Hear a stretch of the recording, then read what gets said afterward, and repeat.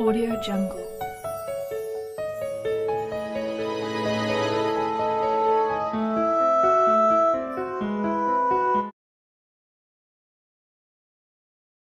Assalamualaikum warahmatullahi wabarakatuh. Bismillah, alhamdulillah, wassalatu wassalamu ala rasulillah wa ala alihi wa sahbihi wa man walah wa la hawla wa la quwwata illa billah. Hadratul muhtaramin, para ulama, para masyayikh, mobil khusus keluarga besar Syekh Sirajuddin Ilyas, Gus Mahfud, Gus Hatam, Pak Yai Ufron dari Hujon yang hadir bersama keluarga besar, para teman-teman sekalian, ibu-ibu, bapak-bapak, Pak Ketua RT, Pak Jajan, Pak DKM, Pak Agus. Pak Agus ini kalau DKM-nya Pak Jokowi, Pak Agus ini penerusnya. Mas Hendami dan seluruh para khalifah yang dimuliakan Allah, para ibu-ibu dari Semarang, dari Pati, udah hadir ya, yang dari Pati, dari Semarang, dari Ciketing terutama, dan para sahabat-sahabat semua yang dimuliakan Allah, dan tidak bisa disebut namanya satu persatu tanpa mengurangi rasa hormat. Bersyukur kepada Allah pada malam hari ini kita bisa bersama-sama hadir di majelis ini untuk sama-sama membacakan istighosah, tahlil, serta doa-doa untuk guru besar kita Syekh Sirajuddin Ilyas, Sultanul Mursyid, Sultanul Aulia, dan pemimpin dunia. Salawat serta salam kita sampaikan ke junjungan Nabi besar Muhammad Sallallahu Alaihi Wasallam yang senantiasa kita harapkan syafaatnya di hari di mana tidak ada syafaat kecuali syafaat beliau, sejak umatnya Nabi Adam sampai manusia terakhir. Itu yang berhak mendapatkan syafaat itu hanyalah, dan dikasih syafaat hanyalah Rasulullah. Teman-teman sekalian yang dimuliakan Allah, pertama-tama atas nama yang diberi amanah menjadi Ketua Nahdlatul Aulia, mengucapkan terima kasih atas kehadiran seluruhnya yang hadir di sini, dan tentu saja mohon maaf dan terima kasih atas seluruh bantuan secara material maupun tenaga, pikiran, sehingga terselenggara acara malam hari ini. Yang kedua, tentu saja permohonan maaf atas nama Nahdlatul Aulia bila penyelenggaraan yang pertama kali ini, yang nanti akan beberapa kali penyelenggaraan mulai dari hall dan seterusnya. Yang sudah saya siapkan ini memang selalu Gus bilang itu nafsu, mas. Kalau sampai pidato pakai persiapan itu nafsu. Jadi saya tutup saja ini yang saya siapkan. Pertama dari Syekh Muhammad Thohir Al-Hafidh. Ya, ini serba mendadak ini, Syekh Thohir. Suatu saat saya bawa Syekh Thohir belum jadi mursyid. Mas, itu yang sampai bawa aslinya mas, aslinya mas, Gus Banyuwangi, teman mondok di Mbah Maimun. Dulu hafid Gus, emang hafid pernah berhenti jabatannya? Hafid itu nggak pernah berhenti mas. Saya hafidul Quran, kata Gus. 3 bulan saya menghafal Quran. Cara nyimaknya kiai saya itu dengan cara batuk ketemu batuk, dengkul ketemu dengkul. 3 bulan. Jadi sekali al-hafidh tetap al-hafidh. Nah, pertanyaan berikutnya, sudah beratan Mas Thohir? Sudah Gus. Nah, begini ilmunya, begini mas. Dia teman sampean, nggak ada gengsi sama sampean beat. Yang kedua, dia hafid. Adakah orang Islam yang normal ini yang tidak hormat kepada hafid? Nggak ada, Gus. Karena Rasulullah itu justru dulu ketika wahyu diturunkan kan hanya boleh dihafalkan. Sebagian ditulis di telapak korma, kemudian di sebagian di tulang. Nah, yang nanti dikumpulkan oleh Sayyidina Utsman itu adalah orang-orang yang hafid. Nah, kalau seorang hafid saja udah beat sampean, maka nggak usah lagi sampean grogi kalau beatin orang. Jadi dulu tuh saya pertama kali jadi mursyid itu ya keluarganya, kakak, adik, sama teman-teman yang pernah jadi staf saya, atau teman-teman yang pernah sekolah bareng saya. Jadi nggak ada rasa grogi. Nah, setelah itu muncul rasa, karena muncul pernyataan mosok beat karo umam ini kan koncoku sekolah itu. Umam itu kan DPR, kalau beat itu ya sama kiai. Nah, umam itu bukan kiai. Nah, kalimat ini memang pertama-tama membuat grogi saya. Tapi begitu ada seorang hafid kok beat sama saya, kata Gus, itu sudah tertinggi, Mas. Siapa lagi yang melampaui hafid? Itu ilmunya, Mas. Jadi sejak beliau beatan ini sebelum menjadi mursyid, itulah yang salah satu yang memotivasi saya menjadi ngomong kepada siapa saja udah nggak isyarik-kurik. Itu sekedar pancingan tadi saya, Muhammad Thohir Al-Hafidh. Nah, saya kembali kepada tema kali ini yang berkali-kali Gus sampaikan di akhir hayat jasmaninya bersama kita adalah ayat ini. Bismillahirrahmanirrahim. Infiru khifafan wa siqalan wa jahidu bi amwalikum wa anfusikum fi sabilillah. Itu menjadi tema yang beliau ingin sampaikan di Tarbiyatul Aulia yang kemudian beliau dipanggil sebelum peristiwanya. Kenapa ini ayat menjadi tema penting di dalam yang mau disampaikan Gus? Itu karena pertama, beliau sejak di Malang itu sudah diamanati oleh Allah untuk mendirikan Nahdlatul Aulia tahunnya 1980. Jadi bukan 2006. 1980 itu beliau dapat petunjuk dari Allah suruh membuat Nahdlatul Aulia. Nah, kenapa nggak didirikan tahun itu, Gus? Nah, sampai nggak ngerti tahun itu saya umurnya 20 tahun. 20 tahun saya belum jadi mursyid, belum punya teman, belum punya jamaah. Gitu. Kalau kita dapat petunjuk Allah itu harus ngukur, Mas. Kalau kita belum mampu ya ditunggu sampai dikasih kemampuan. Maka saya tunggu peristiwanya sampai saya dititipi jamaah.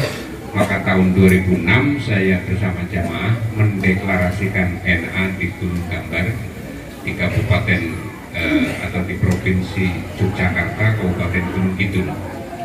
Itu tempat petilasan Mbah Sambernyowo melakukan tirakat. Kenapa dipilih Gunung Gambar? Karena disitulah memulai menggambar Indonesia. Nah, ini tugas pertama Gus. Sebelum kemudian ada tugas berikutnya, yaitu membuat khalifah atau mursyid dan mursyidah. Ini tugas paling berat menurut beliau. Maka sejak di Malang, beliau yang ditemani oleh teman-teman Malang itu tirakatannya mungkin juga melampaui batas umumnya orang. Bagaimana kita suruh mandi 3 tahun di tempat-tempat yang begitu angker, misalnya di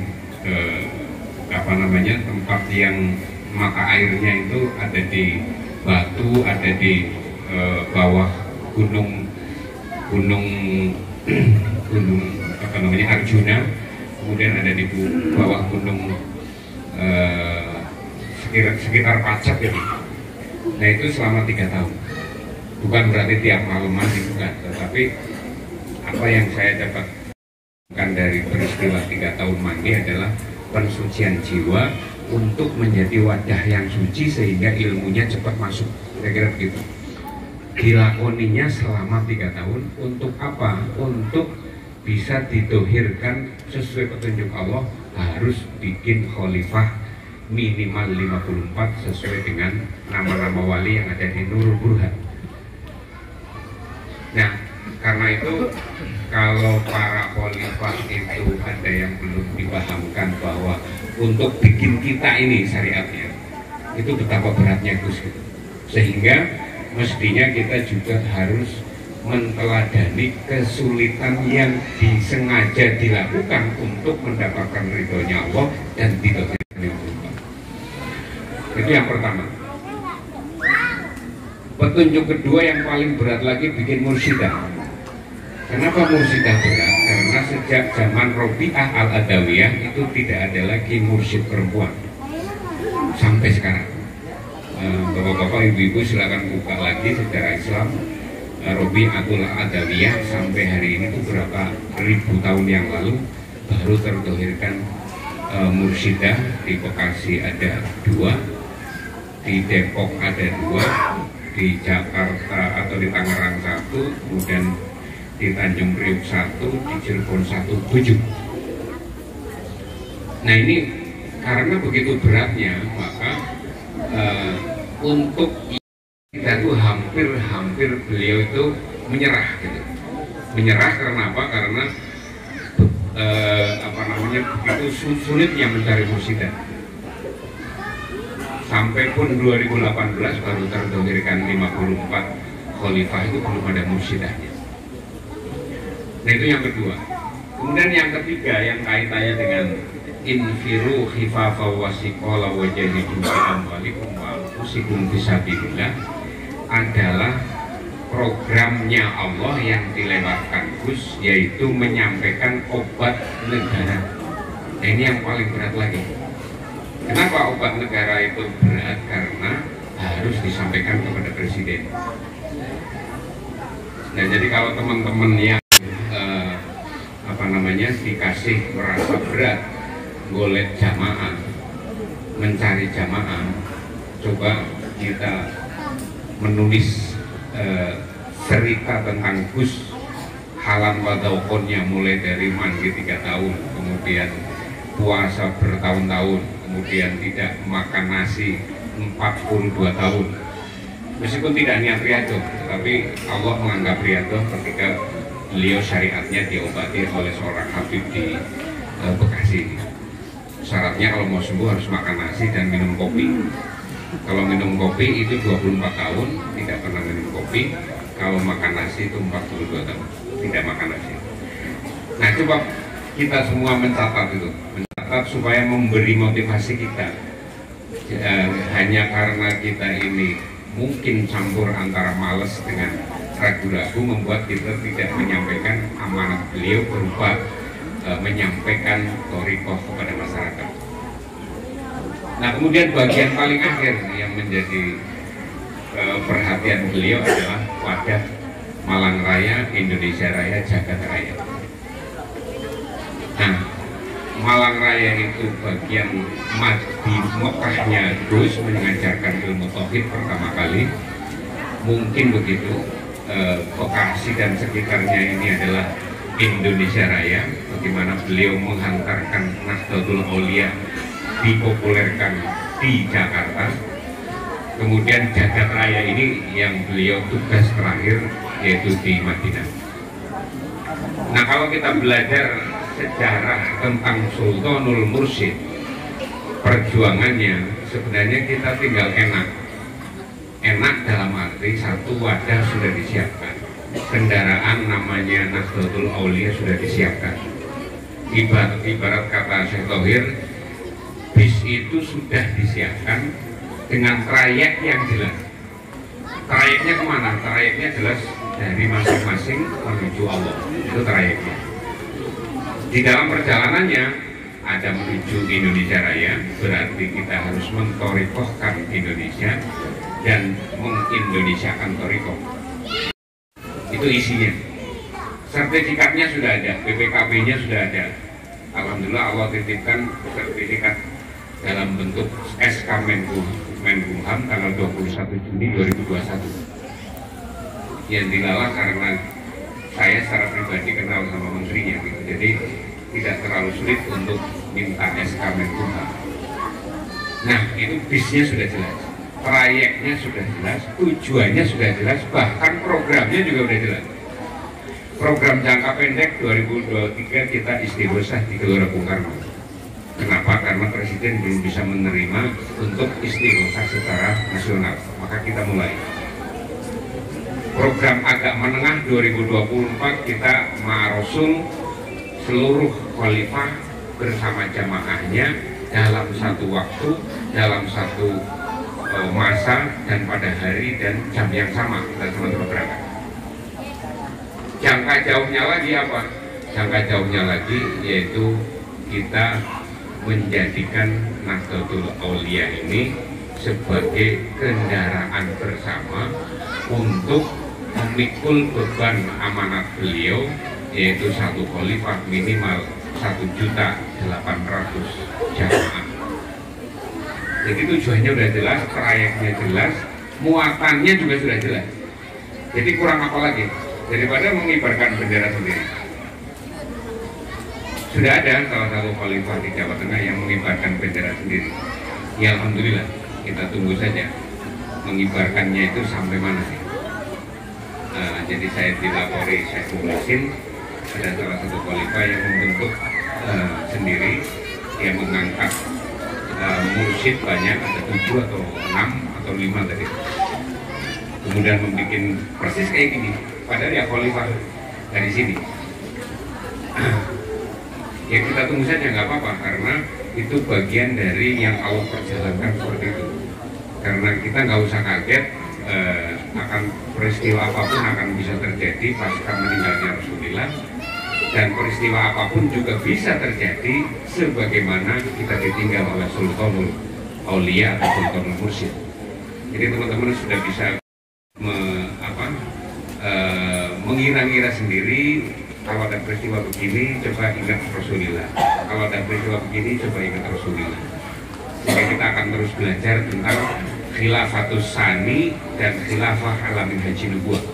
Khilafah Alamin Haji Nubuwah ketika ditinggalkan oleh Rasulullah, ketika ditinggalkan oleh Gus, Khilafatus Tsani Alamin Haji Nubuwah.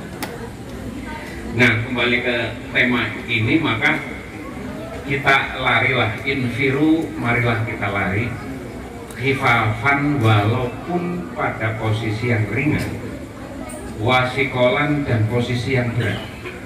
Ringan itu misalnya saya Darmin dikasih berikan rezeki banyak, kan jadi ringan, mau kemana-mana, mau ngajak orang bank apa, mau ngajak pejabat gampang karena beliau di DKI, misalnya begitu. Atau sikolan tuh mungkin saya Hendarmin merasa, waduh ini yang saya mau ajak orang pesantren ini gimana caranya, itu misalnya berat, atau lagi nggak punya duit. Nah, di ayat ini tidak ada perbedaan mau ringan mau berat, maka berjihadlah dengan pertama-tama adalah hartamu, bukan ilmu, hartamu. Wajah itu bi amwalikum, baru jiwa raga kita. Nah, ilmu akan mengikuti kalau kita mau infiru hifafan wasikola. Jadi saya sering dikasih paham baru ketika banyak pertanyaan yang kita tidak pernah diajari Gus. Misalnya di kampung itu dulu karena dikenal DPR, orang datang itu kalau nggak minta bantuan ya minta dicarikan jalan kerja. Umum begitulah. Dan tiba-tiba datang seorang ibu-ibu yang cucunya itu kena jin. Waduh, kena jin, mau telepon sesama khalifah ya rasanya gimana gitu, malu gitu kan, padahal kita dianggap sudah ngerti gitu. Ya sudah, saya telepon ibunya aja lah, kalian Gus, ini ada orang kejinan Gus di kampung. Nah kan sudah saya kasih Mas, itu yang Ismul Atur 66 dan seterusnya. Ya udah bagus, karena tak pikir nggak akan menimpa saya ini kan dianggap orang yang tidak ada urusan dengan itu gitulah, bukan dukun gitu.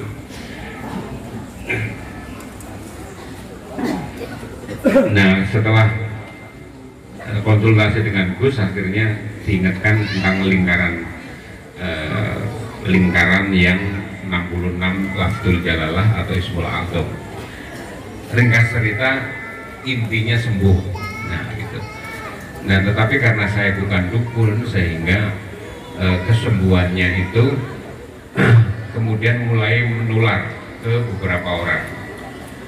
Nah, saya menghindar juga untuk yang kedua kali, mboten usah Bu. Oke, sih penting cucunya panjenengan sudah sembuh. Sekarang caranya bisa total sampai zikir. Kalau panjenengan mau zikir, nanti nggak usah lagi saya doain, sudah otomatis zikir itu menjadi bagian penyembuhan dari dalam. Nah, itu salah satu contoh bahwa ilmu itu ternyata mengikuti langkah kita. Bukan kita menumpuk ilmu kemudian baru jalan, tetapi jalan dulu baru Allah ngasih ilmu kalau memang kita ada peristiwanya. Nah, sehingga teman-teman sudah tidak ada alasan untuk tidak menyampaikan ngajak orang thariqah. Ini kan umumnya kita ini kan jamaahnya masih sedikit umumnya. Bukan karena Gusti Allah nggak mau nitipin, karena kesungguh-sungguhan kita belum teruji seperti para khalifah-khalifah yang sudah banyak jamaahnya, seperti Syekh Mukhlisin, ada Syekh Said, ada Syekh Muhyiddin dan lain-lain. Tapi yang masih termasuk Syekh Thohir ini udah banyak, karena kebetulan beliau ketua NU, jadi tinggal nuding aja, ranting sini. Dan sekarang modelnya kata Gus dipaksa aja Syekh Thohir. Jadi Mas, sampean kalau mau ngajak orang sekarang nggak usah ngerayu, dikasih ayat man a'radu an dzikri fa inna lahu ma'isyatan dongka. Orang yang nggak mau zikir hidupnya susah gitu. Fa inna lahu ma'isyatan dongka wa nahsyuruhu yaumal qiyamati aman. Nanti di akhir hayat atau di hari kiamat akan dikasih buta matanya. Zamannya lagi teman-teman ngerayu. Sekarang zamannya adalah zaman kayak Nabi Musa, melu aku atau orang. Nek melu aku selamat, nek ora ya karku kan. Itu keluar gitu kadang-kadang, Gus itu keluar kerangnya gitu. Kenapa? Karena hari ini terlalu halus, maka kita dianggap lemah gitu. Hari itu hari dimana kita harus tegas apa adanya dan sedikit mengancam untuk diajak ke Allah, bukan mengancam dalam arti fisik, bukan, mengancam dengan wa'idnya Allah, janjinya Allah, serta ancamannya Allah. Nah, bagian terakhir yang perlu kita sampaikan bahwa tadi yang belum disinggung, ini milad khalifah yang keempat. Jadi beliau didohirkan oleh Allah di tanggal 12 bulan 12 2018. Itu Allah mendohirkan 54 khalifah yang sekarang sudah bertambah menjadi 102, 110, tapi yang sudah dipanggil Allah ada 7 menjadi 103, bukan 102. Nah, kalau 103 ini jalan semua, tinggal dibagi jumlah penduduk Indonesia 300 katakanlah juta, 370 juta, yang 70 katakanlah non muslim, tinggal 300 juta. 300 juta yang sudah bertorikoh misalnya 100 juta, maka tinggal 200 juta. 200 juta dibagi 103 khalifah. Tinggal dihitung dulu, kita ngitung sama Gus itu satu orang itu punya target 1.800.000 umat yang ada di Indonesia. Nah, kalau itu kita menjadikan acuan seperti Gus menjadikan acuan Nahdlatul Aulia dan obat negara serta pemimpin dunia yang menjadi acuan itu, maka insya Allah lambat laun pasti akan terdohirkan. Allahumma amin ya rabbal alamin. Itu aja yang bisa saya sampaikan menyangkut program yang harus kita pikul bersama-sama. Saya tidak bosan-bosannya menyampaikan ini karena ini adalah tugas kita semua, bukan hanya khalifah tapi juga jamaah. Jadi jangan menganggap jamaah itu tidak punya beban, sama bebannya, harus menyampaikan atau membantu khalifah masing-masing, karena di setiap lingkaran khalifah itu ada sahabat, di setiap sahabat itulah yang bisa membantu perjuangan para khalifah, itu namanya sahabat. Jadi sahabat Rasulullah, sahabat Gus, sahabatnya khalifah, sehingga seluruh dedikasi perjuangan khalifah juga harus menjadi dedikasi perjuangan para sahabat-sahabatnya. Ihdinas siratal mustaqim. Mohon maaf kalau terlalu panjang, dan mari kita akhiri dengan membaca doa Al-Fatihah. A'udzubillahi minasyaitonir rajim. Bismillahirrahmanirrahim. Alhamdulillahirabbil alamin arrahmanir rahim maliki yaumiddin. Iyyaka na'budu wa iyyaka nasta'in. Ihdinas siratal mustaqim. Shiratal ladzina an'amta 'alaihim ghairil maghdubi 'alaihim waladdallin. Amin. Bismillahirrahmanirrahim. Allahumma shalli wa sallim ala sayyidina Muhammadin wa ala ali sayyidina Muhammad wa sallim wa radhiyallahu ashabi rasulillahi ajma'in. Bismillahirrahmanirrahim. Alhamdulillahirabbil alamin hamdan yu'afi ni'amahu wa yukafi mazidah. Ya rabbana lakal hamdu wa minka jannatu wa bika sultanik. Allahumma inna ya ilahi wa ilahana anta maksudi wa maksudihim wa rajahu makhlubi wa makhlubihim.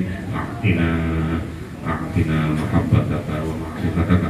A'tina mahabbataka wa ma'rifataka. Allahumma innaka aminun min kulli syai' wa kulli syai'in khairun minka wa bi'amnika min kulli syai' wa khawfu kulli syai'in minka. Aminna mimma nakhafu ya latif ya latif ya latif. Qul dufina fi umurina kulliha wa rabbina fi dunyana wa akhiratina ya suttar ya suttar ya suttar. Usturna bisyadrikal ladzi satarta bihi ala dhalik wa a'inuna rabbal ayatun basirun ilaiki rahmar. Amin. Allahumma ighfir lana wa li walidina kama rabbayana rabbana atina fid dunya hasanah wa fil akhirati hasanah wa qina adzabannar. Wa sallallahu ala sayyidina Muhammadin walhamdulillahi rabbil alamin. Bisirril Fatihah. Bismillahirrahmanirrahim.